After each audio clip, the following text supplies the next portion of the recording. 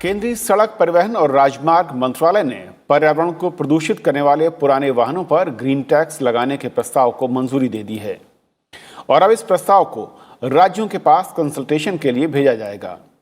प्रस्ताव में कहा गया है कि फिटनेस सर्टिफिकेट के रिन्यूअल के दौरान ये ग्रीन टैक्स वसूला जाएगा और इस प्रस्ताव में बताया गया है कि 8 साल से अधिक पुराने परिवहन वाहनों को फिटनेस सर्टिफिकेट के रिन्यूअल के वक्त ये ग्रीन टैक्स देना होगा, जो कि रोड टैक्स के 10 से 25% की दर पर हो सकता है। 8 साल की जो समयावधि है ये कॉमर्शियल व्हीकल के लिए है और निजी वाहनों के लिए 15 साल का कार्यकाल तय किया गया है और उनसे भी नवीनीकरण यानी कि जब रिन्यूअल होगा उस वक्त ये ग्रीन टैक्स लिया जा सकता है। लेकिन इसमें सार्वजनिक परिवहन के वाहन जैसे सिटी बस या फिर जो इस तरीके के व्हीकल हैं उनको इससे छूट मिलेगी और साथ ही साथ जो व्हीकल हैं जिनकी पेट्रोल या डीजल या मेक जो है इस पर डिपेंड करेगा कि उन पर ये टैक्स कितना होगा। इलेक्ट्रिक वाहन और जो सीएनजी जैसे व्हीकल हैं इनको भी इससे राहत रहेगी, यानी कि उन्हें ये टैक्स नहीं देना होगा। तो आज समझेंगे कि असल में ग्रीन टैक्स का ये कॉन्सेप्ट कितना फिजिबल है और किस तरीके से ये पॉल्यूशन को कम करने की दिशा में एक बेहतर कदम हो सकता है। हमारे साथ 3 खास मेहमान हैं। सुधेंदु ज्योति सिन्हा हैं, एडवाइजर हैं नीति आयोग में, आपका स्वागत है। हमारे साथ शरीफ कमर हैं, फेलो एंड एरिया कन्वीनियर हैं सेंटर फॉर सस्टेनेबल मोबिलिटी टेरी से, आपका भी स्वागत है। और अरुणेंद्र कुमार हमारे साथ हैं, एडवाइजर हैं ट्रांसपोर्ट इंफ्रास्ट्रक्चर फिक्की से, आपका स्वागत है। शुरुआत में सुधेंदु जी आपसे करना चाहूंगा कि अगर इस कॉन्सेप्ट को, इस प्रस्ताव को देखें तो क्या मोटिव नजर आ रहा है, क्योंकि क्या ग्रीन टैक्स के जरिए हम जो व्हीकल ओनर हैं उनको डिमोरलाइज करना चाहते हैं, हतोत्साहित करना चाहते हैं और एक दबाव बनाने की कोशिश होगी कि वो वैकल्पिक जो ईंधन के व्हीकल हैं उसकी तरफ वो आगे बढ़ें? आपने जो कहा, हम उन्हें निरुत्साहित नहीं करना चाहते, हम उन्हें ये बताना चाहते हैं कि जिस व्हीकल को आप यूज कर रहे हैं यदि वह पोल्यूशन को बढ़ाने में मदद सहायक होता है, यदि हमारे क्लाइमेट स्टैंडर्ड्स को रिड्यूस करता है, तो ये समय है कि आपको उसको बदलना चाहिए। आपको जो अल्टरनेट, जो वैकल्पिक वाहन है, जो जिसके एनर्जी सोर्सेज रिलेटिवली क्लीन है, साफ है, आपको उस पर जाना चाहिए। ये चीज पूरा का पूरा कुल मिलाकर ये मुद्दा है। अब देखिए, आप देखें इस वक्त अपने देश में जो वाहन पोर्टल पर जो रजिस्टर्ड व्हीकल्स हैं इनकी संख्या करीब 26.5 लाख, 26.5 करोड़ वाहन जो हैं वो हमारे रजिस्टर्ड हैं। ये ग्रीन टैक्स का जो है इसका इन्फ्लुएंस, इसके कवरेज में करीब 1 करोड़ वाहन आते हैं। यदि आप इन 26.5 करोड़ वाहनों को देखते हैं तो 5% जो है इस फ्लीट का, 5% ऑफ दिस फ्लीट, वो 65 से 70% पोल्यूशन जनरेट करता है। और 2020 के पहले बने वाहनों को देखें तो 1% वाहन जो है वो 15% जो है पोल्यूशन जनरेट कर रहा है। अब जाहिर है कि यदि कोई पोल्यूशन जनरेट कर रहा है तो उसको तो जरूर ये, उस पर जो है एक धनराशि जो है उनको सरकार को देनी चाहिए, क्योंकि आप पहले तो पूरा का पूरा मुद्दा ये है कि आप पोल्यूशन मत जनरेट कीजिए, आप उस ऑप्शन की ओर जाइए। यदि आप करते हैं तो उस स्थिति में आपसे टैक्स लिया जाएगा जिसका इस्तेमाल जो है उस पोल्यूशन को हटाने में किया जाएगा। लेकिन सुरेंद्र जी, सवाल ये है कि जब आप इंडिविजुअल व्हीकल यानी कि निजी वाहन के लिए 8 साल की समय सीमा तय करते हैं और अभी भी जो प्रोटोकॉल है, जो कि नियम है कि आप ईयरली आप चेक कराते हैं कि पॉल्यूशन आप कंट्रोल में आपके व्हीकल का है या नहीं है, तो क्या ये माना जाए कि उस ग्रीन टैक्स के साथ वो जो सीमा रेखा है उसका उल्लंघन फिर ज़्यादा बढ़ेगा नहीं? और दूसरा सवाल ये है कि कॉमर्शियल व्हीकल की जब बात आती है उसमें गैर सरकारी आंकड़ा ये कहता है कि सरकारी जो व्हीकल हैं या पीएसयूज के जो व्हीकल जो यूज होते हैं उनकी संख्या काफी ज्यादा होती है इस पॉल्यूशन लेवल को बढ़ाने में, जो कि 6% के आसपास कॉमर्शियल व्हीकल टोटल जो नंबर्स हैं। अब सवाल यह कि अगर गवर्नमेंट संस्थाएं या फिर पीएसयूज के व्हीकल इसमें सबसे ज्यादा हैं तो क्या ग्रीन टैक्स देने के साथ हम ये नहीं माने कि पॉल्यूशन बढ़ाने में उनका योगदान फिर बना रहेगा, कहीं उसके लिए कोई दूसरे विकल्प की जरूरत नहीं होगी?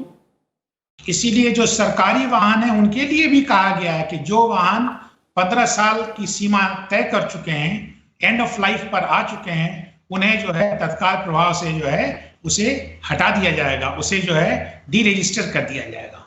और जहां तक वाहन है, आपने ठीक शुरू में बताया था दो तरह के वाहन हुए। एक कमर्शियल कैटेगरी हुआ, जिस कमर्शियल कैटेगरी में वो हर 2 साल में एक बार आते हैं अपने फिटनेस सर्टिफिकेट के लिए। इस प्रकार से वो 8 वर्ष तक आते हैं और 8 वर्ष के बाद प्रतिवर्ष उन्हें आना पड़ता है। जो प्राइवेट व्हीकल्स होते हैं उनको केवल एक बार 15 साल के बाद अपने रजिस्ट्रेशन के रिन्यूअल के लिए आना पड़ता है। दोनों ही स्थिति में यदि यह देखा जाएगा कि आपका वाहन जो है पोल्यूशन ज्यादा जनरेट कर रहा है, तो उस स्थिति में आपको शिफ्ट करने के लिए न्यूअर ऑप्शंस पे, जो कि सेफर ऑप्शंस है, क्लीन ऑप्शंस है, इस टैक्स का प्रावधान किया गया है। दोनों ही स्थिति में आप पर जो है टैक्स लगाया जाएगा, जो कि डिफरेंशियल टैक्सेशन है, आपने भी बताया। डिपेंड करेगा टाइप ऑफ व्हीकल पर, डिपेंड करेगा सोर्स ऑफ फ्यूल पर, डिपेंड करेगा कि कौन से शहर में आप हैं, उस पर डिपेंड करेगा। आखिर इस बात को देखिए ना, दुनिया के 20 सबसे पोल्यूटेड सिटीज में से 14 अपने देश में है। यह स्थिति तो अच्छी नहीं कही जाएगी ना। हमने नहीं, ये सुरेंद्र जी, ये बिल्कुल ठीक है कि पॉल्यूशन बहुत ज़्यादा है, कई शहरों में ज़्यादा है, और व्हीकल्स जो हैं उनकी हिस्सेदारी सबसे ज़्यादा फिलहाल जो अब तक सर्वे रिसर्च है उनमें आती है। लेकिन अरविंद सर, मैं समझना आपसे चाहूँगा कि क्या पॉलिसी लेवल पर एक तरफ अगर एनजीटी के आदेशों को समझें, जहां पर 10 साल से ज़्यादा पुराने वाहनों पर बैन करने की बात हो रही है, 15 साल से ज़्यादा पुराने वाहनों पर कहीं भी न चलाने के लिए कई तरह के ऑर्डर्स आते हैं, इससे इंडस्ट्री कितनी तैयार है और क्या इंडस्ट्री इन नए मानकों के लिहाज से अपने को ढालने के लिए उसकी ज़रूरतें क्या हैं? देखिए, पहली बात तो ये, सरकार विभिन्न प्रयास कर रही है किसी तरीके से पोल्यूशन लेवल कम किया जाए। आपने डी रजिस्ट्रेशन की बात करी, स्क्रैपिंग पॉलिसी की बात आई, पीयूसी सर्टिफिकेट आपको चाहिए होता है हर साल में, और अब ग्रीन टैक्स, लेकिन उसका असर नहीं दिख रहा है। और जो कंपनियां कार बनाती हैं, ट्रक बनाती हैं, उनको भी जरूरी है कि ये कहें कि भाई 8 साल तक तो कोई पोल्यूशन नहीं, और 8 साल के तुरंत हमारी गाड़ी पोल्यूट हो जाएगी। ये भी कुछ चीज समझ में नहीं आती है। लेकिन ये आवश्यक है कि पोल्यूशन जो गाड़ियां हैं उससे होता जरूर है। अब किस तरह से कम किया जाए, तो ये प्रयास है कि भाई आप किसी तरीके से अपनी पुरानी गाड़ी जब होने लगे तो आप उसको विदा कर दीजिए। विदा नहीं करिएगा तो उस पर आप टैक्स दे दीजिए। और टैक्स का मतलब ये नहीं कि आप पोल्यूशन नहीं कर रहे हैं, तब भी आप पोल्यूशन करेंगे। ये नहीं कहा सरकार ने कि आप टैक्स देने के बाद गाड़ी नहीं चलाएंगे, गाड़ी फिर भी चला सकते हैं, लेकिन थोड़ा पैसा दे दीजिए। उससे पोल्यूशन कितना कम होगा ये तो कहना मुश्किल है, लेकिन बात साफ है कि आपको किसी तरह से प्रोत्साहित किया जा रहा है कि आप गाड़ी अपनी जब पुरानी हो जाए तो उसको छोड़ दें, उससे मुंह त्याग के नई पोल्यूशन लेस गाड़ियां जो है, जिस पे कम प्रदूषण होता है, उसको आगे बढ़े। और सबसे चीज जानने की यह है कि जहाँ विदेशों, जहाँ से इजराइल में इसका काफी प्रयोग किया गया और वहां असर हुआ इस चीज को लेके, वहां तो गाड़ी सारी इंपोर्ट होती हैं, कि अगर आपने जब टैक्स लगाया था और उसके 5 साल बाद देखा गया कि उसकी वजह से नॉन पोल्यूशन, मतलब जो नई गाड़ियां थी वो मिलने लगी। अब एक सवाल साथ में पैदा होता है कि अगर मैं नई गाड़ी खरीद सकता तो खरीद लेता, ये पुरानी गाड़ी क्यों चलाऊं जब अच्छी गाड़ी मुझे मिल रही है। इस चीज को समझने की जरूरत है कि इसके लिए क्या कोई हमको प्रोत्साहन देने की जरूरत है, या हम पनिशमेंट के रूप में एक टैक्स लगा दें तो शायद आप प्रोत्साहन में आ जाएं। तो ये नई चीज है। और दूसरा, फिर क्या पीयूसी की अब क्या रेलिवेंस हो गई। अगर आप एक बार पीयूसी भी लेते हैं, जब आपकी सरकार के द्वारा मानक मापदंड है उसमें कहते हैं कि आप पीयूसी में आ गए हैं तो आपकी गाड़ी पोल्यूशन फ्री है। अब आप कहते हैं नहीं नहीं 8 साल बाद तो ये पीयूसी का कोई मतलब नहीं है, अब आप आइए पोल्यूशन के ग्रीन टैक्स देने के लिए। तो या तो हम पीयूसी हटाने की सोचने लगे हैं, या पीयूसी की कोई मतलब ही नहीं ये सोचने लगे हैं, या ये सोचा जाए कि अगर 8 साल बाद आप टैक्स देंगे और आपकी कार का पीयूसी सही है तो आप रिफंड ले लीजिए। तो अब ये चीज जो है कंसल्टेशन करेंगे, हो सकता है कुछ नई चीज इसमें निकल के आए, लेकिन बात साफ है, पोल्यूशन कम करना है और टैक्स लगाना एक जरिया है आपको प्रोत्साहन दूसरी तरफ जाने के लिए। और साथ साथ एक और चीज आती है कि कार का, ट्रक का, जो बीच में इकोनॉमी की बात करें, सेशन की बात करें, इस इंडस्ट्री की बात करें, इसमें थोड़ा प्रोत्साहन तो मिलेगा ही अगर आपसे कहा जाए कि आपने पुरानी गाड़ी बेची है और नई गाड़ी खरीदी है। लेकिन नरेंद्र सर, कहा यह भी जा रहा है कि पॉल्यूशन कम करने की दिशा में चाहे कोर्ट के ऑर्डर्स हों या सरकार के प्रयास हों, इंडस्ट्री उस तरीके से प्रयास करती हुई नजर नहीं आ रही। इंडस्ट्री कमर्शियल व्हीकल में नई तकनीक, नई टेक्नोलॉजीज का इन्वेंशंस की बात करें या उसको इम्प्लीमेंट करने की बात करें, वो नजर नहीं आ रहा। जबकि दुनिया के कई सारे देशों में मैं देख रहा था कि जो कमर्शियल व्हीकल हैं उनको करीब करीब 50 से 70% तक जो दूसरे वैकल्पिक ईंधन है उस पर ले जाने के प्रयास हुए हैं और नतीजे काफी सुखद हैं। जी, आप सही कह रहे हैं। देखिए, अगर आप थोड़े साल भर पहले की बात करें तो BS4 की बात उठी थी, जब बहुत सख्त रूप से आ गए कि 1 अप्रैल से अब आगे नई बात बनेगी। इलेक्ट्रिक व्हीकल्स की बात बन रही है जो कि बहुत महंगी है, और लेकिन चार्जिंग इंफ्रास्ट्रक्चर और बाकी अफोर्डेबिलिटी अभी नहीं आई है। CNG की बसेज आप देखिए दिल्ली में धड़ल्ले से चल रही हैं और शहरों में भी चल रही हैं। तो समझ में तो सबको आ गया है कि अब आगे फ्यूचर जो है, भविष्य हमारा उन्हीं ईंधनों का है जो कि पोल्यूशन नहीं पैदा करते हैं। लेकिन इंडस्ट्री को ट्रांसफॉर्म होने में, बदलाव लाने में जो फैक्ट्रीज, जो कंपनी इसको जल्दी कर लेंगी वो आगे निकल जाएंगी, और कई कंपनी इसमें आगे निकल भी चुकी हैं, और जो नहीं कर पाएंगे उनके प्लांट आप देखिएगा थोड़े समय में बंद भी हो जाएंगे। तो ये समय की बात है। पोल्यूशन तो एक ऐसी चीज है कि आप उसको छोड़ नहीं सकते। आप कितने समय तक खराब हवा को सहन करते रहेंगे, ये मुश्किल नामुमकिन है। इसलिए वो इंडस्ट्री को बदलना तो पड़ेगा ही। शरीफ, कैसे देखते हैं इस कॉन्सेप्ट को जो ये प्रस्ताव मिनिस्ट्री ने ओके किया? हालांकि राज्यों के साथ अभी सलाह मशविरा होना बाकी है, लेकिन भारत जैसे देश में जहां पर हम देखते हैं कि जब आप पेनाल्टी की बात लगाकर ये सोचते हैं कि शायद इसके जरिए लोगों की सोच या लोग अपना रवैया तरीका बदलेंगे, चाहे वो हेलमेट लगाने की बात हो या फिर सीट बेल्ट, वहां पर फाइन देने की रफ्तार बढ़ी लेकिन सीट बेल्ट लगाने वालों की संख्या उस रफ्तार से नहीं बढ़ी। ऐसे में ग्रीन टैक्स के बावजूद क्या आपको लगता है कि हमारी सोच में या फिर जो भी यूजर्स हैं उसमें कुछ बदलाव दिखेगा, या फिर कुछ और बेहतर कड़ा एक प्रस्ताव हमें चाहिए? जी, ये कदम जो सरकार ने उठाया है ये बेहद महत्वपूर्ण कदम है मेरे हिसाब से। और अगर आप ओवरऑल एयर पोल्यूशन की बात करते हैं या क्लाइमेट चेंज की बात करते हैं, तो भारत देश में, एज सिन्हा सर ने बताया, 30 करोड़ के आसपास रजिस्टर्ड व्हीकल्स हैं।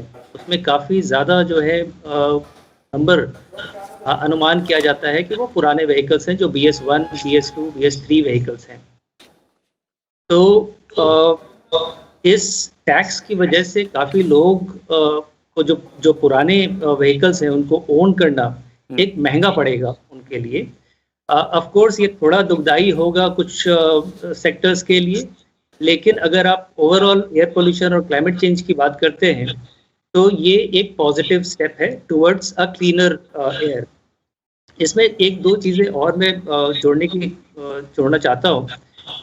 एक तो ये कि आपने बात की टैक्स की, सरकार दूसरी तरफ इलेक्ट्रिक व्हीकल्स पे सब्सिडीज भी दे रही है। तो ऐसा नहीं है कि वो सिर्फ कॉस्टली बना रही है, it is also making easier for people to own electric vehicle या क्लीन व्हीकल्स जो हैं उसमें कर रही है। आपने खुद ही बताया कि CNG पे और बायोफ्यूल्स पे ये टैक्स नहीं लगेगा, जो कि एक ऑल्टरनेटिव है फॉर क्लीनर एयर। तो मेरे हिसाब से, हमारे हिसाब से ये काफ़ी अच्छा कदम है, और इसमें कुछ चेंजेस करने की ज़रूरत है या कुछ एडिशंस करने की ज़रूरत है, वो हम आगे डिस्कस कर सकते हैं। लेकिन जो रिसर्च लेवल पर शरीफ मैं जाना चाह रहा था कि कॉमर्शियल, क्योंकि हम अभी जो देख रहे हैं, जो स्विच ओवर की बात हो रही है या नई पॉलिसीज़ की, हम EV की चर्चा कर रहे हैं या CNG फ्यूल्स की चर्चा कर रहे हैं, वो सिर्फ और सिर्फ अभी भी जो प्राइवेट व्हीकल्स हैं उसी पर फोकस नज़र आ रहा है। कमर्शियल व्हीकल अभी भी उस रीच, उस दायरे से बाहर नजर आ रहे हैं। क्या आपको लगता है कि पहले कमर्शियल व्हीकल की तरफ हमें फोकस करने की जरूरत होगी? क्योंकि अगर हम पॉल्यूशन के लेवल पर उनकी हिस्सेदारी को देखें तो वो कई गुना ज्यादा है निजी वाहनों की तुलना में। आपका कहना सही होगा। इसमें अगर नंबर्स पे अगर हम जाएं तो जो बड़े वाहन हैं, जो ट्रक्स होते हैं या बसेस होते हैं, उनकी जो फ्यूल एमिशंस होते हैं वो ज़्यादा होता है, फ्यूल कंजप्शन ज़्यादा होता है। डीजल की खपत जो ट्रक्स में होते हैं वो कई गुना ज़्यादा होते हैं एज़ कम्पेयर टू डीजल की खपत जो कारों में होती है। लेकिन एक बात ये भी है कि कई स्टेप्स इस डायरेक्शन में लेने की ज़रूरत है।